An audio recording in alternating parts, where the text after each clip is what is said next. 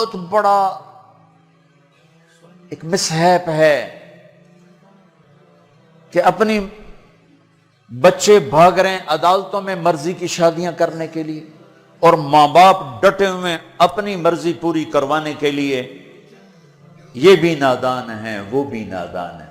ان نوجوانوں سے کہتا ہوں ایسا عشق نہ کرو کہ عدالتوں میں جا کے نکاح کر رہے ہو، ماں باپ کی دعا نہ ملی تو زندگی بھر کبھی بہار نہ دیکھو گے۔ اور ماں باپ سے کہتا ہوں ایسا ظلم نہ کرو بس یہیں تیری شادی کرنی ہے تو کرنے تو جہاں جاتا چلا جا، یہ ظلم بھی مت کرو۔ ہمارے دیس میں بیٹیوں سے کوئی نہیں پوچھتا کہ بیٹی یہ رشتہ ہے تیرا کر دیں۔ بیٹے تو آج کچھ روشن زمانہ آ گیا پھر بھی کچھ اکڑ مکڑ کر لیتے ہیں، لیکن دیہاتوں میں نہیں ہو سکتا، یہ ہمارے ماحول میں یہ کوئی نہیں ہے۔ اسے وہیں کرنی پڑے گی جہاں باپ نے کہہ دیا ہے۔ وہ اسے نہیں پسند، مجھے آ کر کہے گا، اسے کہے گا جی میں اتنے نہیں کرنا، لیکن میرا پیو ڈنڈا چاہی کھلوتا میں کی کراں۔ یہ زیادتی اور ظلم ہے۔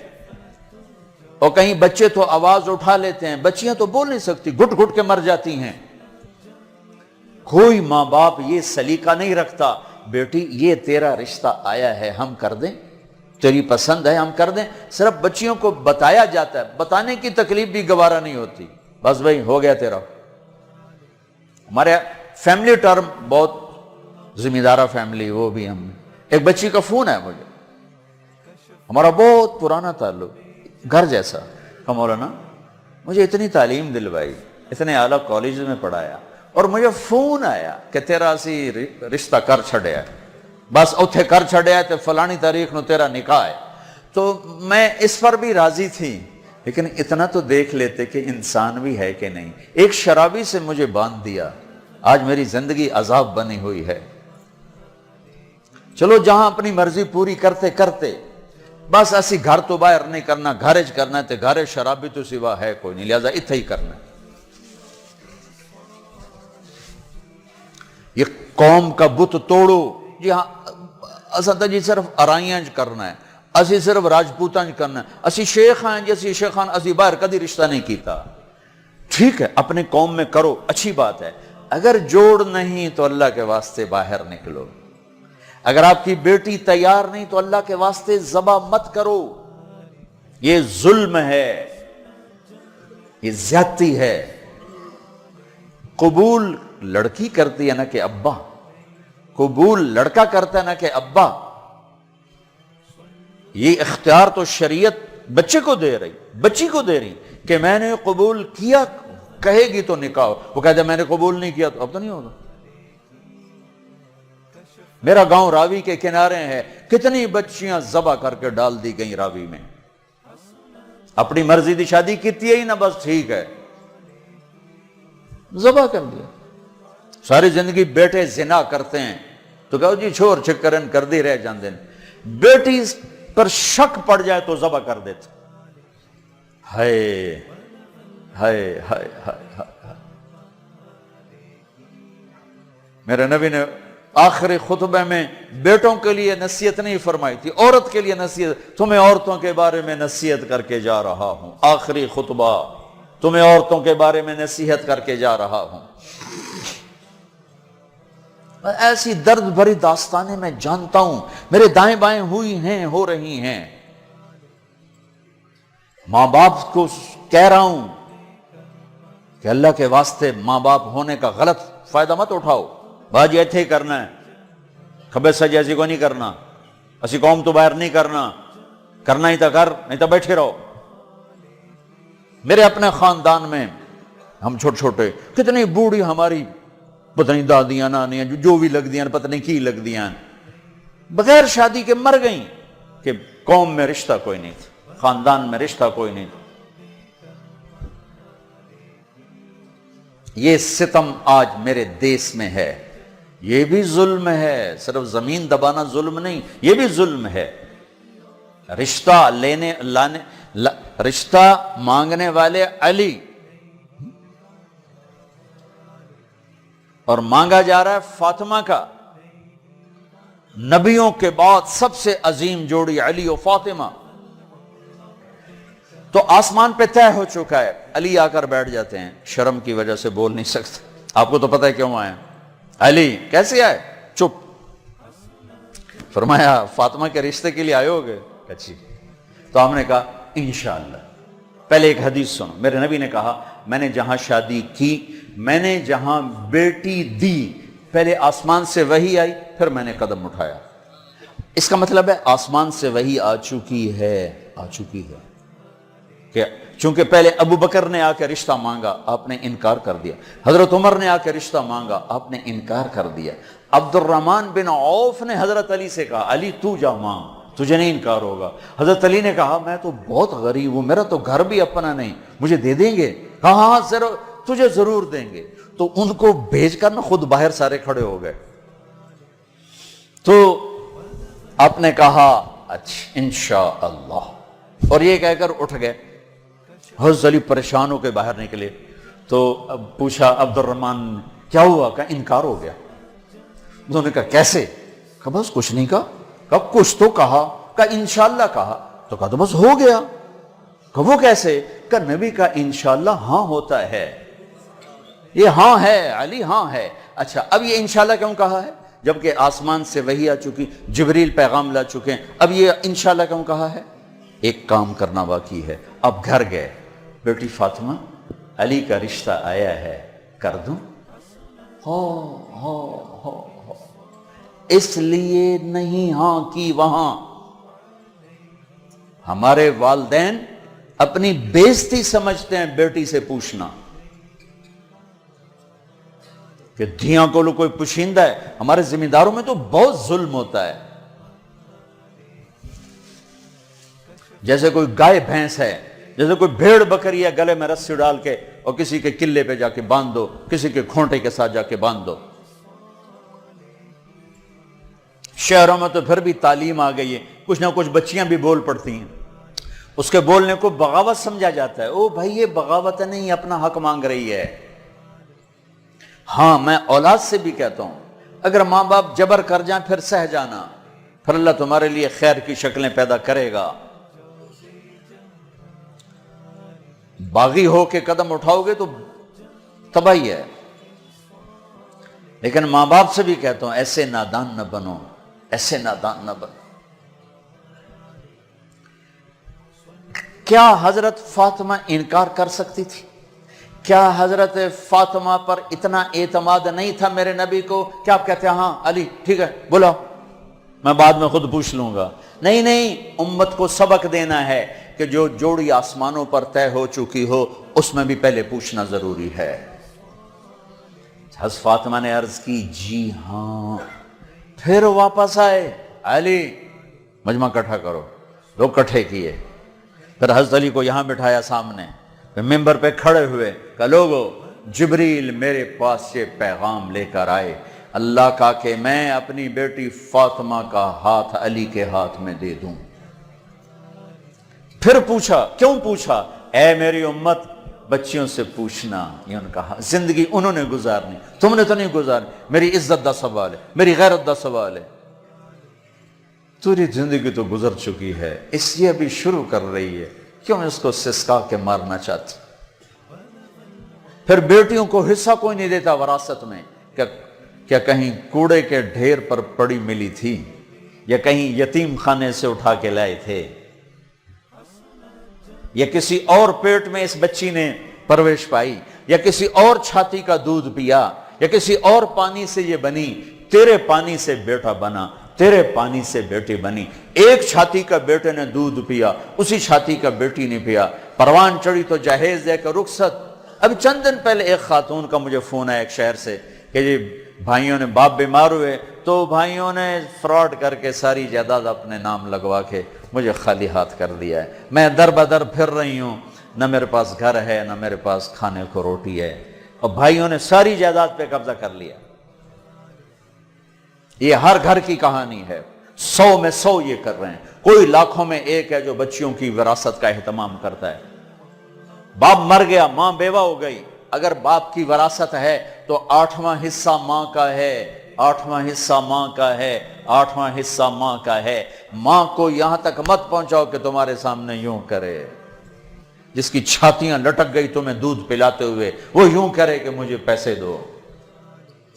اگر باپ کی وراثت ہے 8واں حصہ اس کو دو، نہیں ہے تو ٹھیک ہے، تو اس کا حق ہے. بیٹیوں کا حق ہے، انہیں دو. تمہارے بیٹے تمہارے لیے عذاب بن جائیں گے آخرت میں اگر بیٹیوں کو حق نہ دیا. تو ان پر مادی ظلم بھی ہے، جانی ظلم بھی ہے، روحانی ظلم بھی ہے. نہ جائیداد دیتے ہیں، نہ ان کی رائے لیتے ہیں، بھیڑ بکری کی طرح کسی کی کھرلی پہ باندھ کے آ جاتے ہیں. لوگوں، جبریل میرے پاس اللہ کا پیغام لائے ہیں. پھر نکاح کیا. 400 درہم 480 درہم دونوں ہیں. علی فاطمہ بنت محمد کو تمہارے نکاح میں دیا، قبول ہے؟ کہا جی قبول ہے، اور سجدے میں سر رکھ دیا. رب اوزعنی ان اشکر نعمتک التی انعمت علی، یہ دعا مانگی. اللہ کے نبی نے زور سے آمین کہا. پھر آپ نے سب کو شہد کا شربت پلایا یا چھوارے کھلائے. پھر رخصتی ہوئی، مہینے بعد، 6 ماہ بعد، سال بعد، یا فوراً، ساری روایات ہیں. حضرت علی آئے تو آپ کو اندر لے گئے. حضرت فاطمہ کا ہاتھ پکڑا اور علی کے ہاتھ میں دیا اور کہا، علی آپ کو نبی کی بیٹی مبارک. اللہ، آپ کو نبی کی بیٹی مبارک. پھر فرمایا، میری بیٹی، مجھے اپنے خاندان میں جو سب سے زیادہ محبوب تھا، میں نے تیرا ہاتھ اس کے ہاتھ میں دیا ہے. جن کے فیصلے آسمان سے ہو چکے ہوں اور جبریل آ کے سنا رہا ہو، وہ پہلے پوچھنے جا رہے ہیں، بیٹی کر دوں؟ ہماری کون سی یہ غیرت ہے، یہ کون سی عزت ہے؟ خاندان سے باہر اچھا رشتہ ملے کرو، خاندان کے اندر ملے وہ بہتر ہے، وہاں کرو. لیکن اگر خاندان میں جوڑ نہیں، باہر دیکھو، یہ ارائیوں کا بت توڑو، راجپوتوں کا بت توڑو، شیخ پٹھان بٹ جٹ پتہ نہیں کی کچھ بنائی پھر دن گرم مسالے، یہ بت توڑو، ان سے باہر نکلو. میرے نبی نے 2 بیٹیاں بنو امیہ کو دی، جن سے ٹکر ٹکر ٹکر ٹکر. حضرت زینب کا نکاح ابو العاص بن ربیعہ بن امیہ بن عبد شمس، امیہ کے پوتے کو اپنی بڑی بیٹی دی. اور عثمان بنو امیہ میں سے 2 بیٹیاں ان کے نکاح میں دی، رقیہ، ام کلثوم. اور جب ام کلثوم پہ انتقال کریں گے تو فرمایا، اگر میری 100 بیٹیاں ہوتی تو میں 100، اور اس طرح مرتی تو میں ایک ایک کر کے عثمان کے نکاح میں دیتا. بنو امیہ میں بیٹیاں دی، ایک بیٹی فاطمہ اپنے گھر میں دی علی کو. اپنے خاندان میں شادی کی قریش، خاندان سے باہر برادری میں شادی کی عرب، ہلالیہ، مستلق. پھر برادری سے بھی باہر یہودی نسل میں شادی کی، حضرت صفیہ بنو اسرائیل میں، یہودیوں میں سے. اپنے نبی کو تو دیکھو کیا کیا انہوں نے. ہم اپنے نبی سے بھی آگے جا چکے ہیں. کتنے بچے میرے پاس آتے ہیں نوجوان کہ جی شادی کرنا چاہتا ہوں، وہاں بچی بھی تیار ہے، لیکن وہ کہتے ہیں بس ہم نے راجپوتوں سے باہر نہیں کرنا، ہم نے ارائیوں سے باہر نہیں کرنا، ہم نے شیخوں سے باہر نہیں کرنا. میں ان کو یہ کہ بھائی دیکھو بیٹا، کورٹ میرج سے بچنا کہ برکت نہیں ہوتی. اللہ سے مانگو، نہیں ہو تو پھر صبر کر کے پی جاؤ.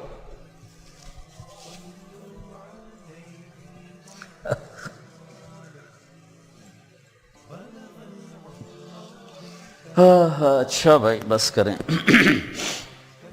تو یہ ایک خوبصورت زندگی ہے جس کو سیکھنے کی ضرورت ہے.